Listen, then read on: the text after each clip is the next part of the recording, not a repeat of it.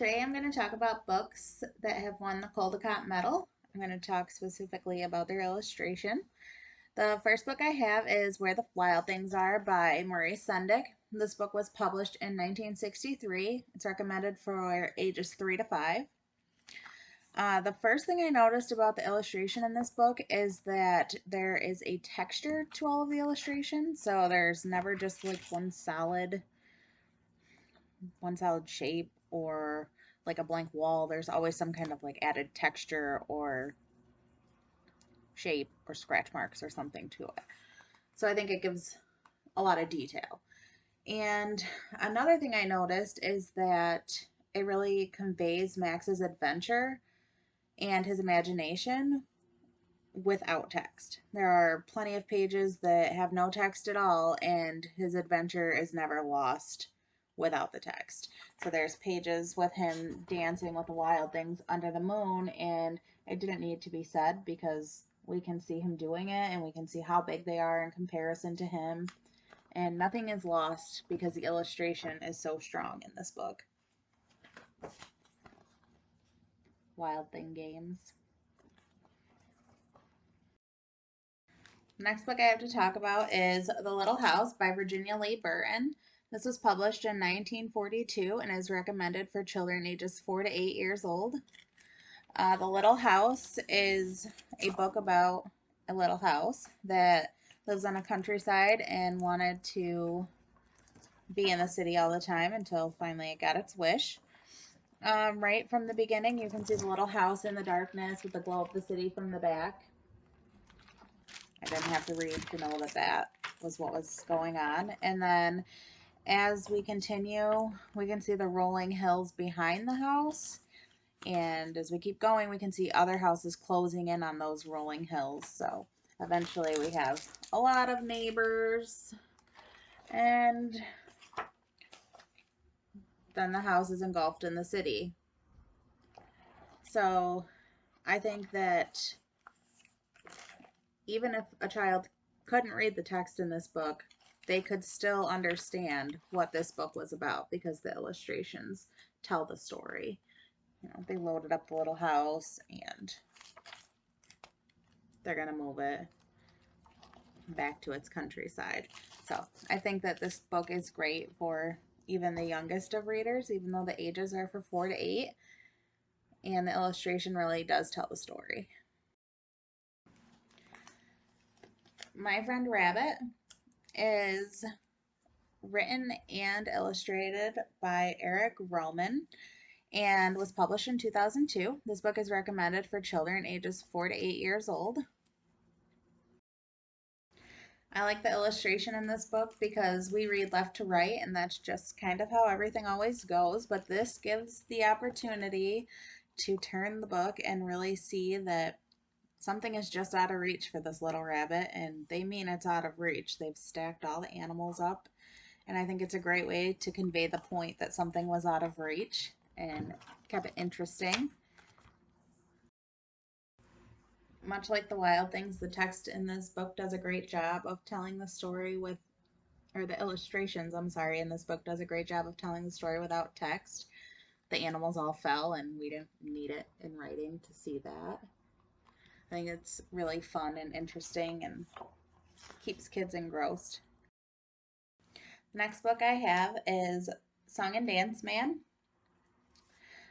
This book is written by Karen Ackerman and illustrated by Stephen Jamel.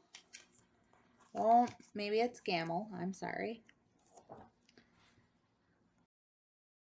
This book was published in 1988 and is recommended for children 3 to 7 years of age. There's a lot of shadowing in the illustration of this book, which is quite interesting.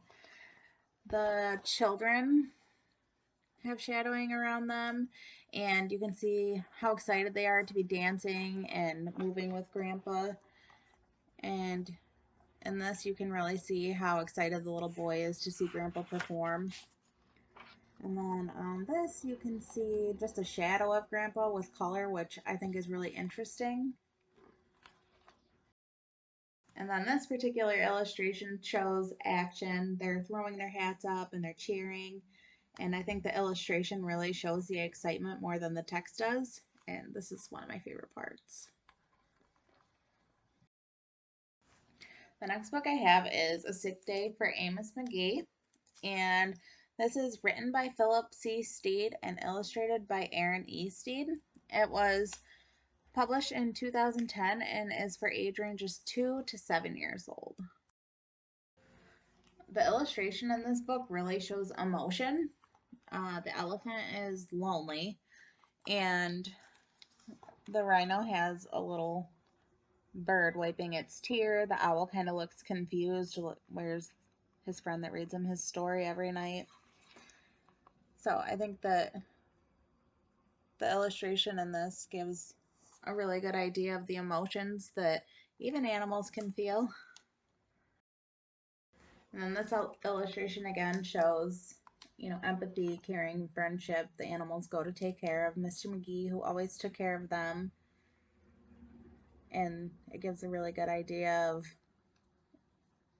their friendship and their relationship that they have every day and how it goes both ways.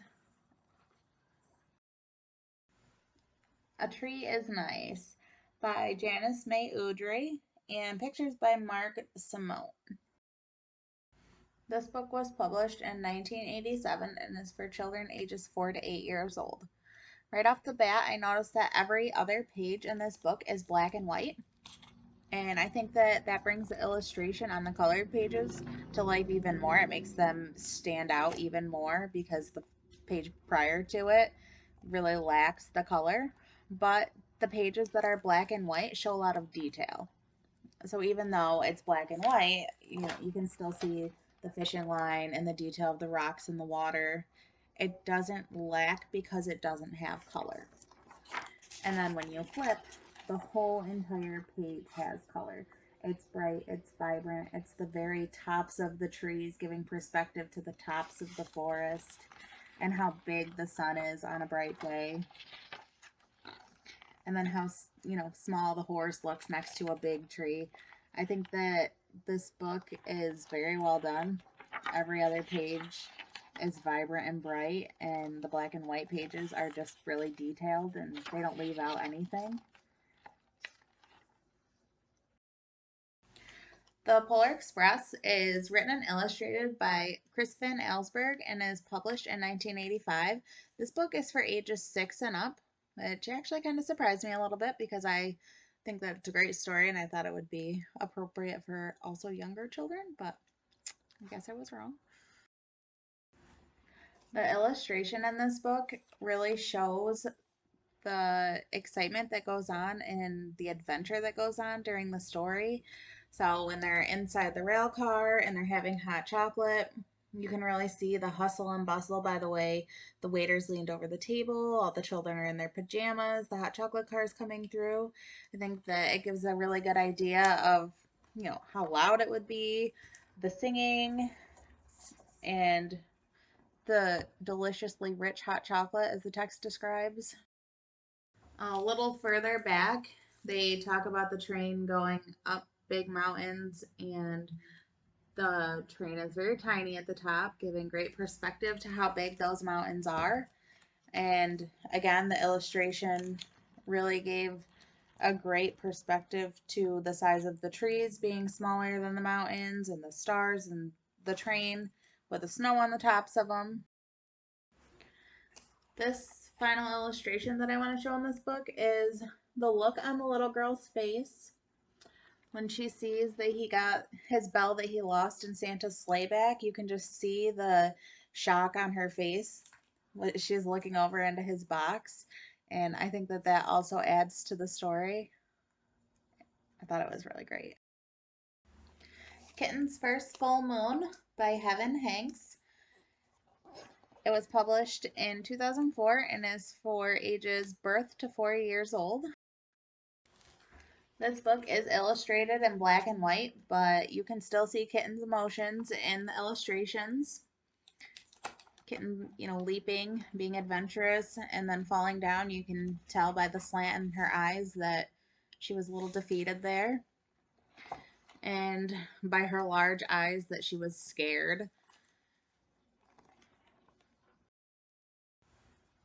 I like this illustration because it shows that she is actually moving, and it shows the different ways her feet are leaving the ground before she splashes into the water.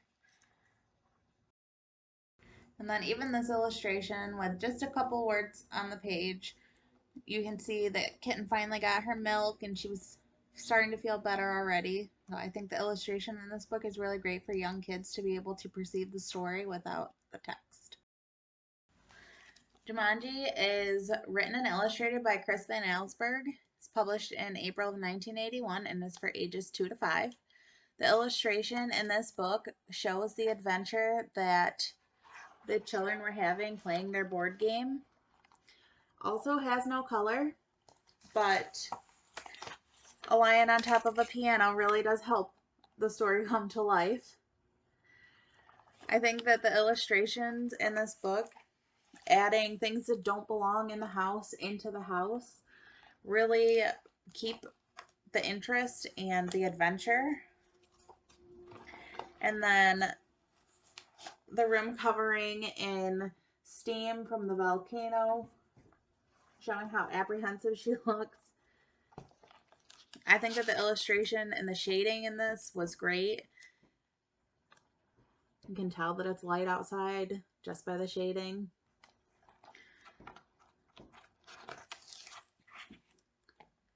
And then the parents, you always have to look up to an adult when you're young so it doesn't show their faces.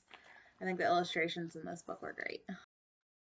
The next book I have is Finding Winnie, The True Story of the World's Most Famous Bear by Lindsay Maddock, illustrated by Sophie Blackall, published in 2015. This book is recommended for children ages 4 to 7 years old. The illustration in this book has a lot of depth. It shows a tent city and mountains behind it with soldiers marching in the background. This illustration really gives a good idea to the reader of what a tent city is and how large it actually can be, especially if you have never seen one before. This illustration also showed emotion between the human and the bear, and the humans and the bear. The story goes from one story into another story, and then there is a family tree that shows the relationship between each person and their child, and I think that really helps kids to understand where everybody falls in a family, because that can be really confusing when you're young. So I thought that was a really interesting thing to illustrate in that manner. And then flipping to the next page, there's an album, and it's Harry, and it's actually, things from the war, and I think that was great to include in there to give kids an idea of history as well. And the statue that does actually stand of him and the bear. The last book I have is The Big Snow. This is by Berta and Elmer Hatter, and it was published in 1948. It's recommended for children 6 to 9 years old. This book is one that I had never read before and was honestly a little bit hard for me at first, but I've read it a couple times now, and it is about animals and their different ways that they prepare for winter and the different ways that they communicate with each other and why they do different things to get ready for winter. The illustrations in this book are both black and white and color, and they show the birds communicating to each other, and then there's this one getting ready.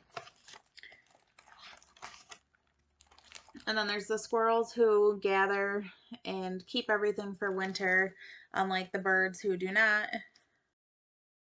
The illustrations eventually continue on to where the man and the woman were feeding the animals through the long winter. This illustration, even though black and white, you can see the detail of the blanket of snow on the trees, which I think is a really neat perspective. And then all the animals moving toward where the woman and the man had been feeding them.